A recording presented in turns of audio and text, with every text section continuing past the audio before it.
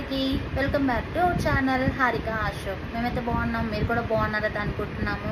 So ఎవరైతే కొత్తగా నా ఛానల్ చూస్తున్నారో ప్లీజ్ సబ్స్క్రైబ్ చేసుకోండి. అండ్ మా వీడియోస్ కనుక మీకు నచ్చినట్లయితే లైక్ చేయండి, షేర్ చేయండి. వీలైతే మీ ఫ్రెండ్స్కి, మీ ఫ్యామిలీ మెంబర్స్ అందరికీ షేర్ చేయండి, సపోర్ట్ చేయండి.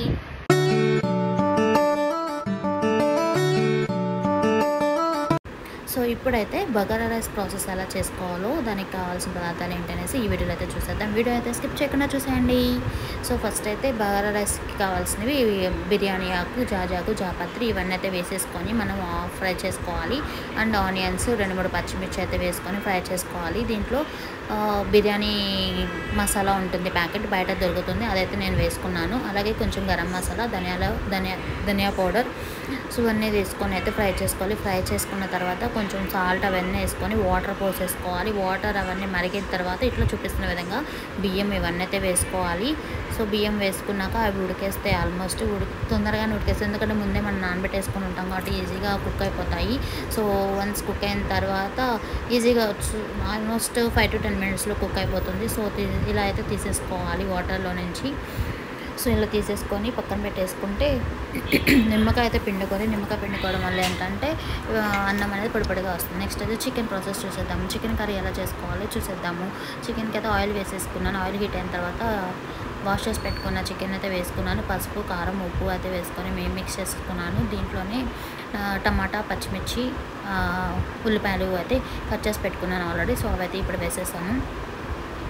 సో మొత్తం ఇవన్నీ అయితే మగ్గే వరకు అయితే వెయిట్ చేద్దాము. సో ఆల్మోస్ట్ టైం పడుతుంది, ఒక 15 minutes ఆఫ్ టైం పడుతుంది. సో దీనిలోంచి వాటర్ అనేవి వచ్చే వరకు దీన్ని అయితే బాయిల్ చేసుకుందాము. మొత్తం అయితే మిక్స్ చేసుకుంటూ ఉండాలి, మధ్య మధ్యలో అడుగంటుతుంది లేదంటే. సో ఇదంతా ఆల్మోస్ట్ కుక్ అయ్యే వరకు మనమైతే తిప్పుకుంటూనే ఉందాము. సో వాటర్ అయితే వచ్చేసాయి చూసారా,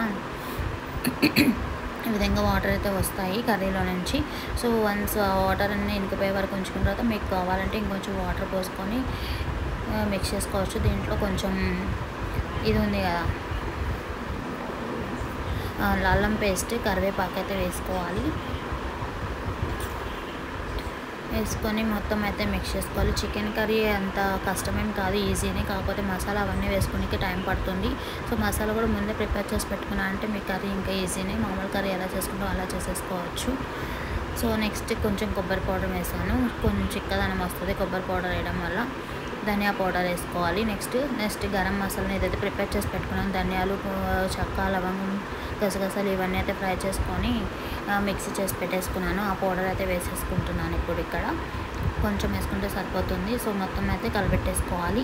ఈ మొత్తం వాటర్ ఇంకిపోయే వరకు చేసేసుకోవడమే, అంతే. చికెన్ కర్రీ అయితే రెడీ అయిపోతుంది. సో మీకు కనుక నా వీడియో నచ్చినట్లయితే please subscribe to my channel. మీరు మీ ఫ్రెండ్స్ అండ్ ఫ్యామిలీ మెంబర్స్ కూడా షేర్ చేయండి, లైక్ చేయండి, కమెంట్ చేయండి, అండ్ సబ్స్క్రైబ్ చేసుకోండి, సపోర్ట్ చేయండి. Thank you for watching. Bye.